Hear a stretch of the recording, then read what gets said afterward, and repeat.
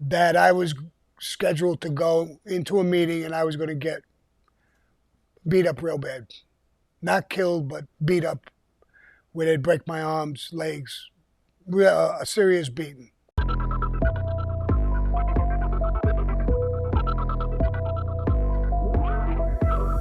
So, here we go again. Sammy, your captain and mentor, TODDO AURELLO, when he was a soldier, he served under Tommy Rava in the 1950s and then later in the 1960s under Peter P.T. Pumps Ferrara. Did he ever talk about his previous captains much to you? He did, but certain things he left out, and he's not supposed to tell me, according to Cosa Nostra. I found out later that when right after the what's his name? Anastasia. Right after Anastasia was killed, Tommy Rava was his main guy. He had a big crew, and he was going to try and take over. His crew was Neil Dellacroce, Fat Andy, Tony Lee, my Toddo, um, Jimmy Brown, a bunch of guys were in his crew. And he always had the hots to kill Carlo Gambino. Carlo Gambino was real friendly with my Toddo, and Carlo Gambino convinced Toddo to kill Tommy Rava, and he did. He killed Tommy Rava and his bodyguard. They both disappeared someplace in Florida, and he became super, super close with Carlo Gambino. Now, I didn't know that in the beginning. I found out after a while. And some of the stories were interesting because he would talk to me when I switched over. When I switched over from the Colombo family for my problems with them, the heads of the family spoke, and I was transferred to the Gambino family. So when I was put with Toddo, right after a couple of days, he took me up to Ocean Parkway, where Carlo Gambino had an apartment. He lived in Long Island, but he had an apartment in Brooklyn. And I went to Ocean Parkway with him. I met Carlo Gambino. Carlo Gambino introduced himself and said, "Is this the kid, Sammy?" And Toddo said yes. And he says, "You got a good reputation. Be a good boy. You're going to be under Toddo. He's going to be your mentor. Stay with him." And I did. And I had a lot of conversations with Toddo. He always had me in the backyard with him when he'd have people there, just to make me listen and hear and learn. And when nobody was around, we would sit in the backyard too, and he would talk to me about certain things. The Kennedy hit, Marilyn Monroe, the murder of Marilyn Monroe. I don't want to get into detail with it because I'm doing this on my scripted show, but a lot of conversations like that. And I've come to learn over the years that Toddo was extremely close. He was Carlo Gambino's right-hand man. He had a fairly big crew. Some of the guys who they took from Tommy Rava were with him. One of them, Neil Dellacroce, of course, he made him his underboss. So war never erupted. He was smart about how he did things. And so, yeah, I was really, really close with him, and he was a powerhouse. And that's how Tommy Rava, a lot of people don't know that, was killed by him. There was a powerful, powerful guy, Carmine Mendoza, and he was a cooperator. Nobody knew about it. Yeah. Later on, 302s and stuff like that, it was obvious to me he was the guy who ratted. He actually ratted on Toddo about the hit. Why Toddo didn't get pinched is that the FBI felt they would have had to expose Carmine Mendoza, and they didn't want to. He was a very powerful cooperator, so they just let the thing go. So that's a little bit of a story on Toddo and me. It's my understanding that there were still rumors about Lombardozzi being an informant throughout like the 1960s and 70s. Did you ever hear anything like that at all about him? There was a little story about it. I think Carmine Mendoza, and I was with him and his wife. I was with me and my wife. We were down in Florida with a few people, Joey Cigars and a bunch of people. And his wife brought it up and she laughed about it. Could you believe they once said that he was an informant? And they both laughed and they blew it off. And I thought it was funny too. He was a powerhouse, very well known, pretty dangerous guy himself, very, very wealthy guy.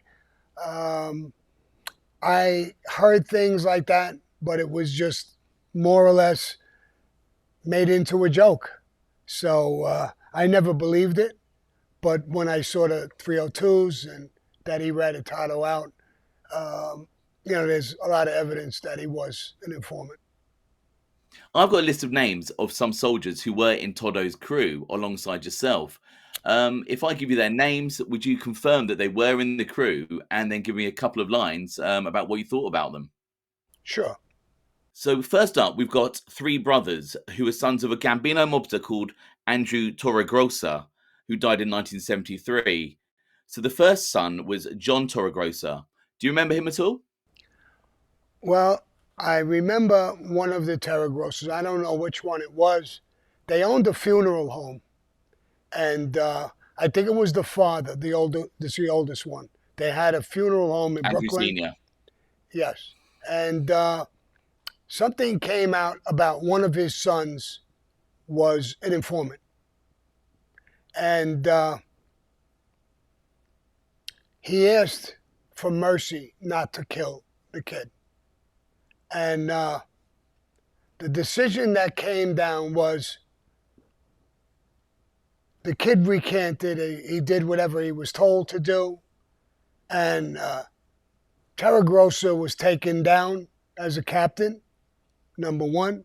And number two, everyone was told never to use that funeral parlor again and never have any contact with the Terragrossas whatsoever. He was banned from the family.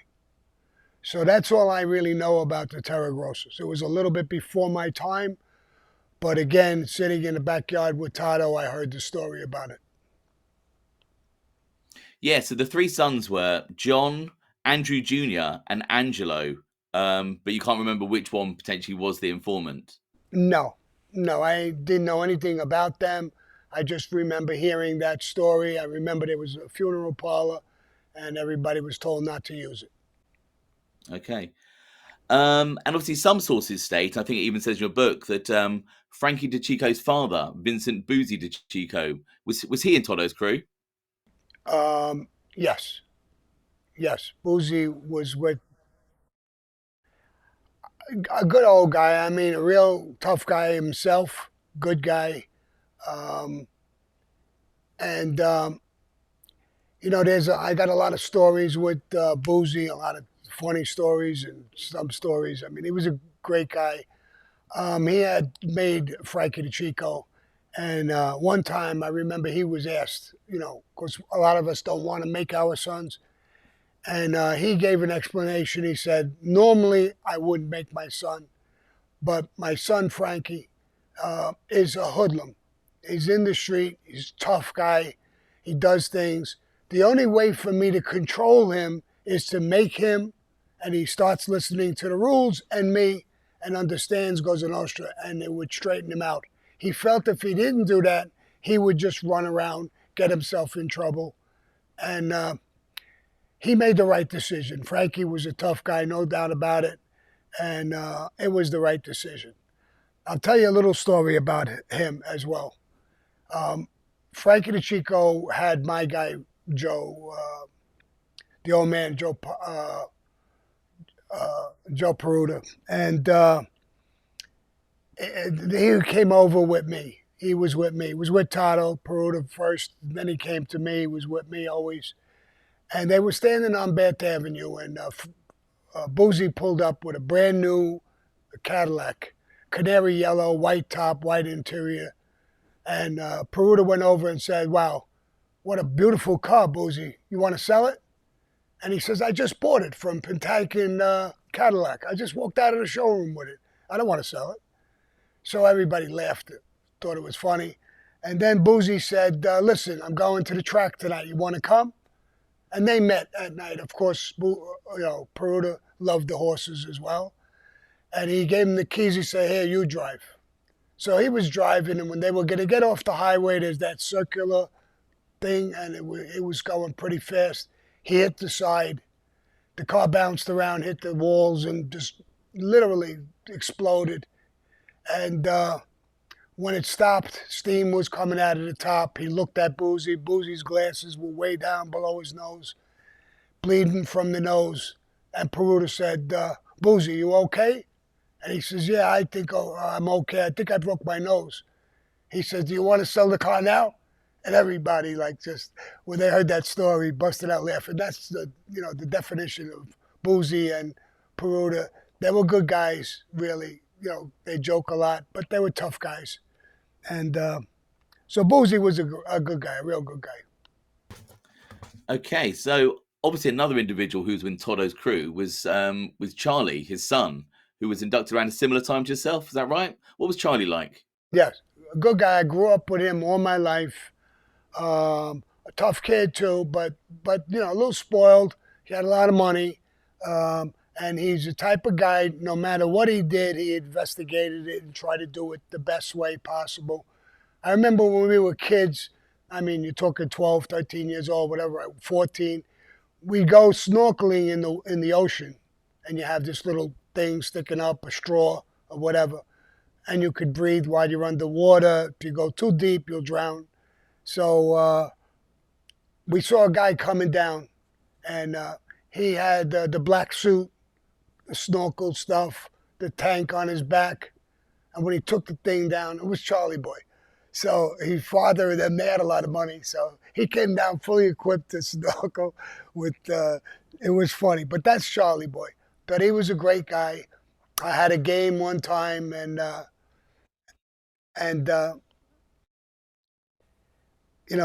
we caught some people, a mechanic trying to steal and stuff like that. He hit the guy so fucking hard. I mean, he busted his whole face open. He was so mad that the guy tried to rob us, and he was a great guy.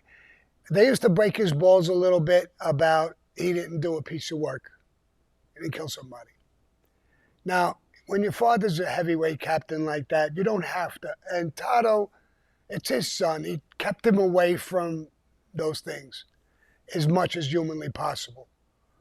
After the Castellano hit, when I took over the crew, I became a captain. Toddo was under me, so was Charlie Boy. And I told Charlie, I said, "Listen, bro, you never did a piece of work. People comment about it, some guys, I don't blame, I know you're a tough guy. I love you. We grew up together. But to shut them the fuck up, I got a piece of work. Do you want to come on it with me? I'm giving you an option." And he says, "Of course, Sammy. If you need me, I'm with you." And he came on a piece of work, did everything he was supposed to do. And I just told people, you ever open your fucking mouth about him again? He did work. He did work with me. And I wanted to make him, not have that label. I didn't make him the shooter, but he did exactly what I told him to do. He did it. I wasn't even there. I put him with a crew, and he did exactly what he was supposed to do. So that was Charlie Boy. I'll tell you another thing. Years later, after I cooperated and they sent a team down, Peter Gotti became the boss, and they sent a team down to kill me. They were having trouble with it. They were afraid of me, afraid to come near me. And they wanted somebody who was going to be a long shot. Now, Charlie Boy was a hunter, like a great white hunter. He went for deer, antelope, bear, different trips he would go away on. He was a great shot. So they asked him to come down and be on the hit. He told Peter Gotti, who was now the boss, to go fuck himself. That he wouldn't go. He loved me, and he wouldn't be on the hit. Now, telling a boss to that, something like that, is usually a death penalty. He did it anyway. He didn't get killed for it. He didn't get punished. Only because Peter Gotti was a jerk-off. He wasn't a legitimate boss. So that's one of the stories. And his father, when I cooperated, must have been heartbroken, I know, but never ever went against me or said anything against me. He actually blamed John Gotti. He died years later, all them years later. He never badmouthed me or did anything against me. And I guess Charlie felt the same exact way. Another name linked with Toddo's crew was a guy called John Anthony Rizzo. Yeah, the old man Rizzo. Yeah, of course. I did a lot of things with him when I wasn't in the Gambino family. He was a jeweler down New York, and he'd give us tips about scores, people carrying jewelry and stuff like that. And many, many robberies we did. Me, my Gumbada Alley Boy, we would go down and do scores on his tips. When I got busted for a double murder, he tried to help us, me and my Gumbada. He gave us a little luncheonette. We got it for dirt cheap. Before we had a chance to pay for it, he paid for it, gave it to us free. And we ran this little luncheonette. There's a lot of stories based around that luncheonette. But he was a good guy. He was the guy who, when I went to kill my boss Shorty's brother, Ralph Spiro, he was the guy who found out with Louis Melito, was with the Gambinos, he was with him, that I was scheduled to go into a meeting and I was going to get beat up real bad. Not killed, but beat up, where they'd break my arms, legs, a serious beating. And he advised me not to go. I told him I had to go. These are my people. Where would I go? What do you want me to run away? I have to go. And he said, let me come with you. He brought him and Louis Melito. It was about a woman. It was a bullshit story.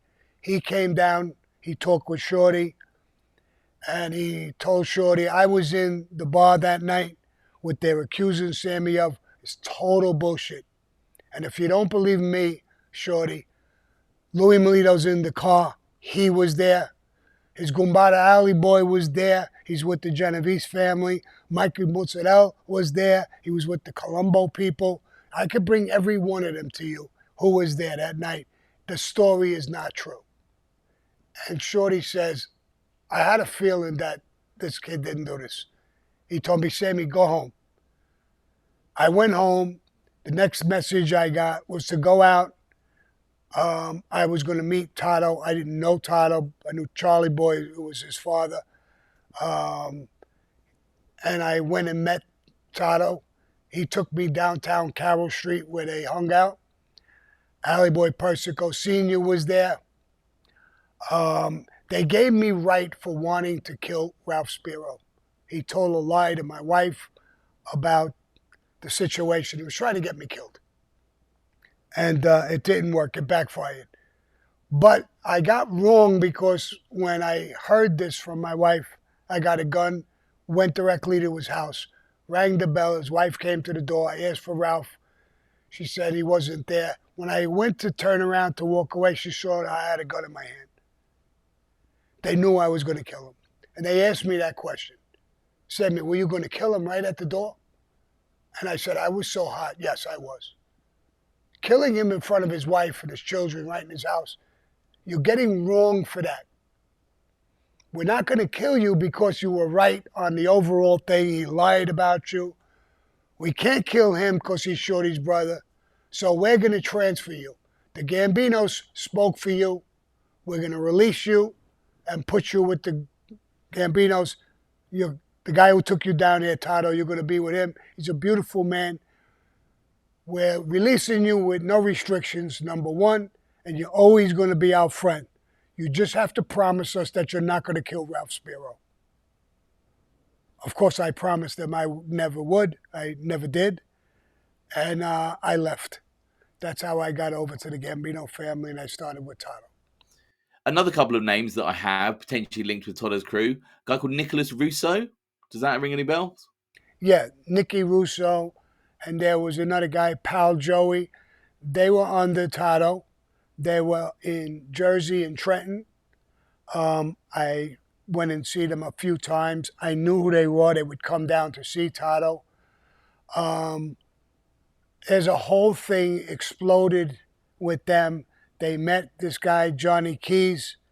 There was a war in Philadelphia. The whole commission was against Johnny Keys. Half of the family in Philadelphia was against him. They couldn't kill him, and a war erupted. Guys were being killed on both sides. Um, and they met him by accident. They bumped into him in a restaurant. They were both old timers, and they chatted a little bit. Nothing about the war, but they blamed Castellano for knowing about the war. He denied it, and they told him, "Well, two of you guys meet with him, then you got the hit." That's how the Gambinos got the hit to take out Johnny Keys. It's a long story. I'm involved in that. I can't discuss it too much further because this is going in my scripted show. And yes, they were both with Toddo. They were both from Trenton. I did work with them a number of times. And what about Louis Giardina? Louis Giardina, I worked with him too. He was the head of the laborers union.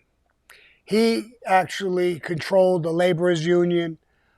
He put his daughter in as a secretary. He put his son in, who was a lawyer, to represent the union. He completely controlled that union. And I dealt with him a number of times when I was dealing with construction. So that's what he was. He was a made guy. I'm not sure. I don't think he was a captain. But he was a made guy in the family. And he controlled the laborers union. Was he in Toddo's crew or not? No. I don't think he was with Toddo's crew. I'm trying to think what crew he came out of. I think maybe Mario Triana. I believe he was with his crew. Yeah, I think he was. So going back to Toddo, in your opinion, what attributes did he have which made him a good captain? He was a good man. He was a tough guy, but he never used that power. He helped so many people that I know of. He was fair with everybody. Like he hated Jimmy Brown. He wouldn't talk with him much. I loved Frankie DeChico. He liked Boozy, loved Boozy.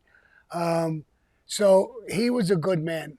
And I'll give you an example. When he was, like more or less training me, I didn't know it as training. I just would sit with him and talk. And he would take me in the backyard when he had a meeting.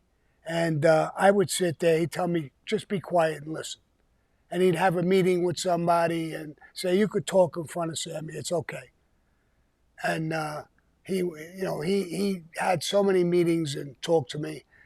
A couple of times I said, Toddo, you're not educated like I'm not educated. I mean, but you always seem to be right about things. How is that? He said, they call that wisdom. I've heard things over and over. I listened to people's problems over and over and over again for years. He said, I'll give you an example. Somebody once asked me, pointed to a roof right across the street, that he was going to jump off that roof, do a tumble sauce. And I said, okay. He did. He broke his leg. He hurt his spine. Another guy did it. I told him, I don't think it's such a good idea. He broke his ankle. This happened, that happened. By the third guy, I would tell him, listen, don't do that. And tell him everything that's going to happen to him. And that's how you're right. Listening to things and knowing and common sense, putting all those things together. He says it made me understand things. He had a big factory. They would bring cigarettes from the South. They weren't paying tax, so you could buy them real cheap. And in New York, they were taxed, so it was almost double the price. So they would buy cigarettes in South Carolina, I believe it was, and drive them up, bring them to New York, and sell them like swag. People would buy them real cheap. He was selling them like crazy. It was like a big warehouse, Cars would go in and out, trucks, people, mothers would come by and buy 2, 3 cons of cigarettes. It was crazy. And he wanted to sell it. So I asked him, I said, Toddo, why do you want to sell it? It's a gold mine. He said, Sammy, everything has a time and its place. I made a ton of money with this. The Colombo people want to buy it for a good number. Sooner or later, this is going to explode. I'm going to get pinched. So I want to just get rid of it. I made enough. Maybe somebody else could want to earn with it. They could do it. The Colombo people took it. 3 months later, they got busted. He was right again. He had the smarts to say, I'm not going to keep doing this until I get arrested. I got away with it. I bribed cops. I did this and that and the other thing. I made a ton of money. It's time to walk away. So he was a guy like that. He taught me a lot of things. He taught me, we use violence in this family just like the Colombos. Not like them, but we use it as a last resort. Don't always hurt somebody or kill somebody right away. Listen to both sides of a story. Someplace in the middle there's the truth. And take your time. You may change your mind. If you believe that the person has to get hurt, then you do it. But you don't want to hurt somebody and 2 months later say, oh, I fucked up, I did this, and I was wrong. I should have never did that. He said, just as a last resort, you use violence. So I heard that, and I stuck with that most of my life. So a lot of things, Toddo was a great guy. And look, after I cooperated, the proof is in the pudding. He never went against me. Now, he should have been embarrassed. He made me. He wasn't embarrassed. He said, I loved him. He was like a son to me. He was Cosa Nostra through and through. John Gotti betrayed him, and he flipped. I don't fucking blame him. And he took that to his grave. And his son took that where he refused to fucking hit. So I found nothing ever. He was always behind me no matter what I did. I stole tires at a double murder case, stealing tires with Kumbada Alley Boy. And he was telling people, buy the fucking tires. Well, I just bought them. I don't give a fuck. Buy another set. Buy it off him. The kid is trying to fucking make money to pay his lawyer. Buy them. He made everybody buy tires. I mean, he was always there to have a helping hand. Always there in a loving and caring way. Cared about my family. He cared about everybody. I mean, and so many people. He was a good father to his children. He was a good husband to his wife. He cheated a little bit. He had a gumada, but a lot of us did that. But other than that, I mean, the guy was, I find nothing but love for him. So you mentioned earlier that Toddo had a close relationship with Carlo Gambino. Did he have a good relationship with Paul Castellano? What did you think of him? He did. He had a good relationship with Paul Castellano. We went back and forth a bunch of times to him for things when I started my construction businesses and I had trouble with unions. Paul got very interested in me, started using me. He used me for doing work. And Toddo was always there. Toddo was very strong with him. Toddo brought up a story one time, originally, when they wanted to kill Carlo Gambino. And Paul was the guy who actually saved Carlo Gambino. Toddo loved Carlo Gambino. And I don't think he loved Paul, but he liked him and respected him. He was a business guy, but he said he won't hesitate, to give an order to kill. But he's a guy who's got to listen with both ears and think about it, and whatever. But I think he had a lot more love for Carlo Gambino. But he liked Paul. I never heard him saying something bad about him. So when you became involved in the plot to kill Paul Castellano, did you ever for a second think about consulting Toddo about it or not? Well, I thought about it, but my thoughts were I wanted to keep him out of it.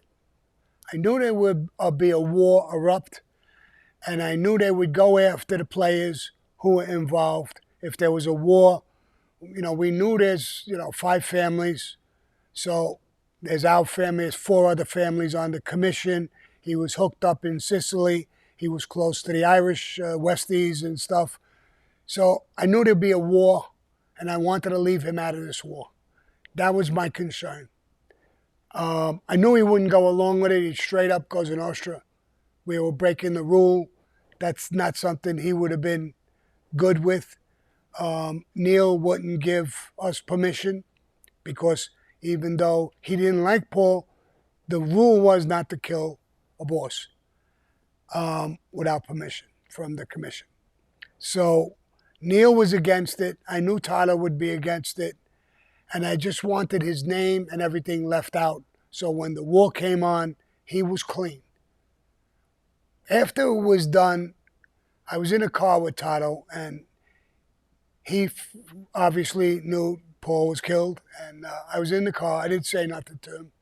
And he looked at me and he said, these guys, whoever did this, broke the golden rule. There's going to be a war over this. You could almost bank on it. I had told him, I said, Toddo, don't worry about it.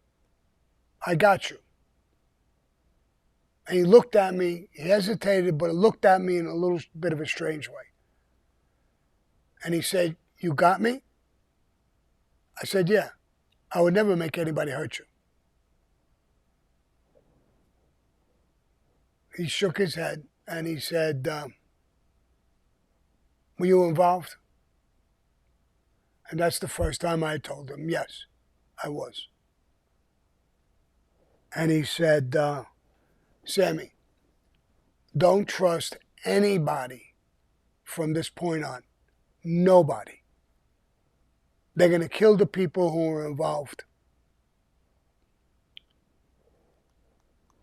And I want to step down. I said, why do you want to step down? You're okay. I'm going to be a captain anyway. We made decisions. John's is going to be the boss. Frankie's going to be the underboss. I'm going to be a captain and eventually become the consigliere of the family. He said, no, it's you guys. I want to step down.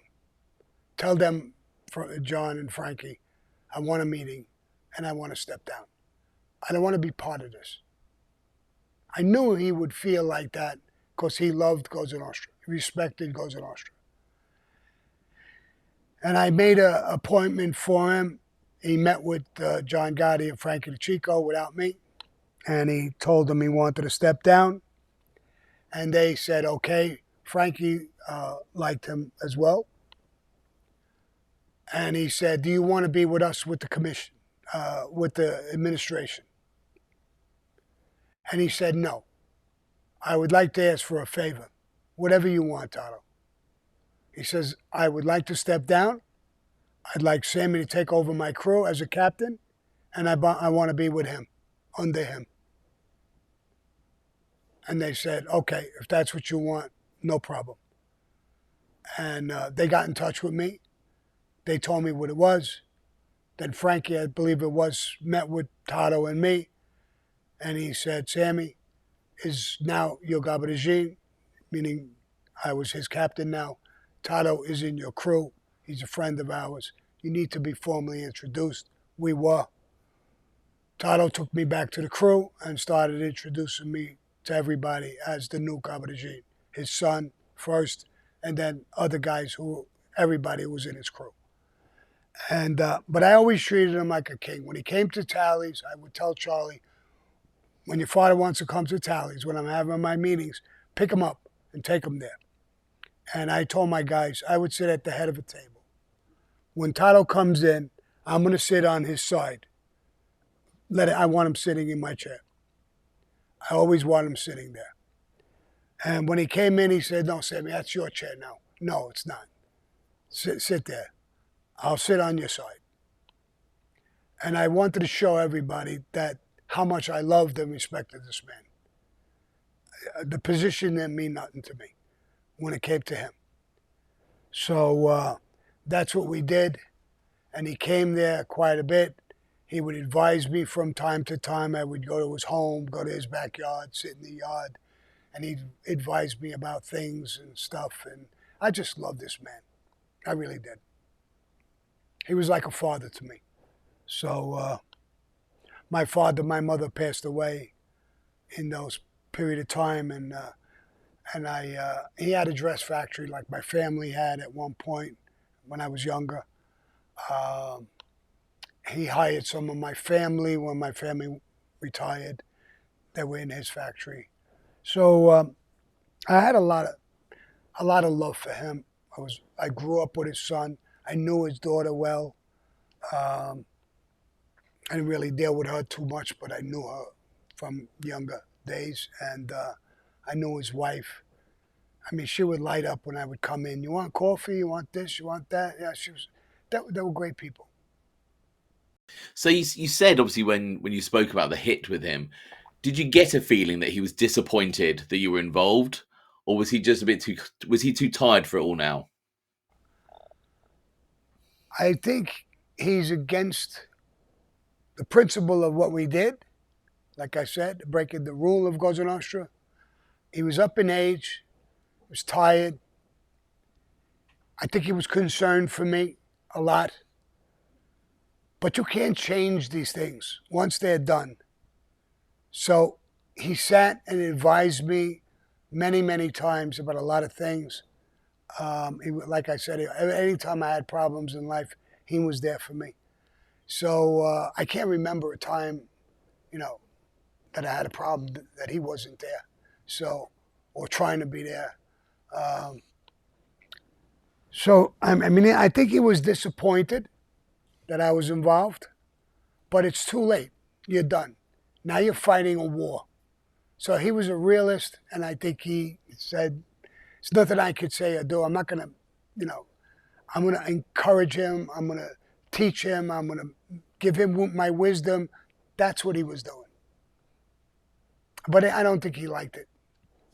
I don't ever think he liked it. No, he didn't think it was a good thing. And he always, in the back of his mind, I know he always felt that everybody's going to pay the piper for that sooner or later. Did Toddo ever share his thoughts on John Gotti with you at all, or did he not speak out of turn like that? Oh, no, no, no. Listen, he always talked to me about everything. He didn't really put him down, but he said all that flash, all that bullshit is going to work against him and against all of us. That's the worst thing he could possibly do. And he would tell me how the old man, Carlo Gambino, conducted himself and carried himself and stuff like that. He'd bring up old people, the life, the rules of the life. It's a brotherhood, it's a secret society. Things like that. He thought that John was making a serious mistake. Not that he hated him, but that he was making a serious mistake at what he was doing. And end result, Toddo was right again. He obviously destroyed himself and a lot of people around him, the mob. He put the whole fucking mob on Front Street. So history will show, and it does. There's been shows, the Netflix show, How to Be a Boss, and I watched that show on Netflix. It was the #1 show, and it said he was the worst. He broke every rule you're supposed to. Whatever you're supposed to be, he wasn't. He broke every rule. So he's literally like the worst boss you could be. Not that he wasn't sharp or tough or this or that, good looking or dressed nice, all of those things. Yeah, he's all of that. But that's not what we are. We're not actors. We're not out in the public. It's a secret society. I think he forgot that 100%. Giving autographs. I mean, I can't picture somebody when I was in the life coming over and asking me for an autograph. I would say, why? Why do you want my autograph? Who the fuck am I? Oh, what would they tell me? You're the underboss? And I would tell them, no, I'm not.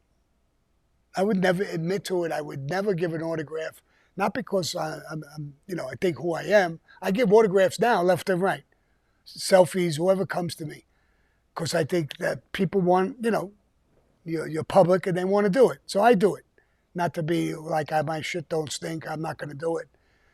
But I wouldn't do it then because it's just not, I'm not I'm not. I'm a gangster. I'm quiet.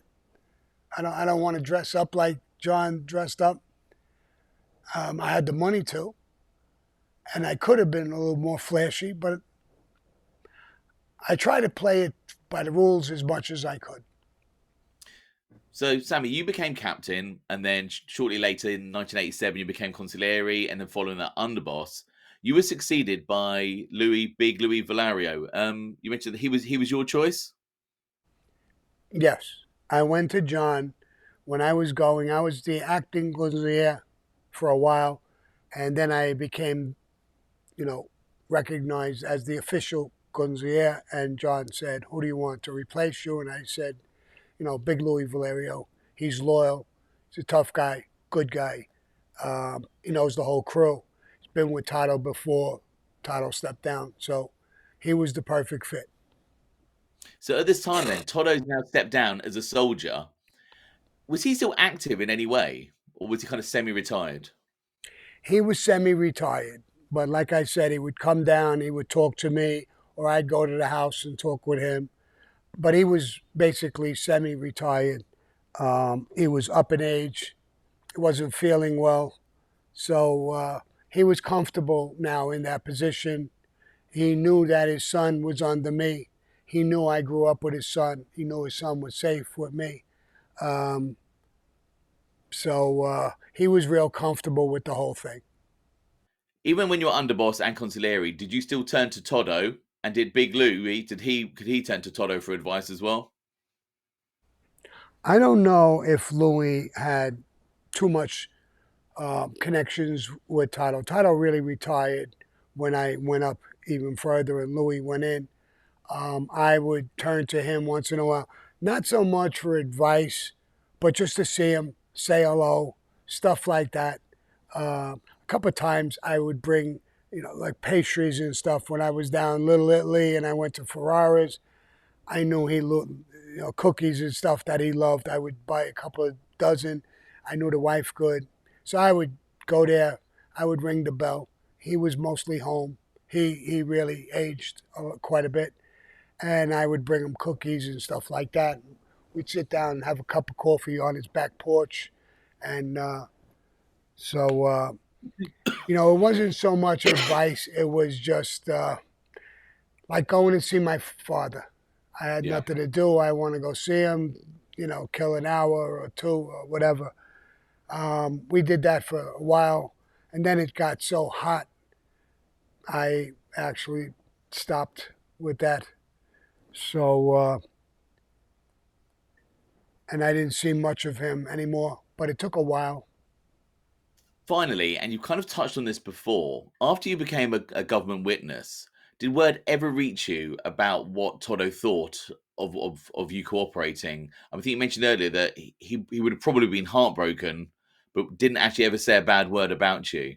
But did word ever actually reach you at all about what he felt about it, or nothing at all? I I said, before, and I'll say it again, is that word did reach me that he never said a bad word about me. Matter of fact, the only thing I ever was told, somebody had said, you know, he didn't blame you for cooperating. He blamed John. He said John betrayed him, and Sammy's that way. You fuck with him, he's gonna come back at you, and that's what happened. If John didn't do what he did, Sammy would have never cooperated. I had him under me. He had a double murder. He was robbing tires. He was doing this. He was doing that. He had three fucking cases. The government went to him left and right. He was facing a double murder. He never flipped. I know this kid inside out. He said, but if you betray him, or you fuck with him, or you come at him, he's going to come back at you. So that's the way he felt. I told you what happened when they went to Charlie to kill me.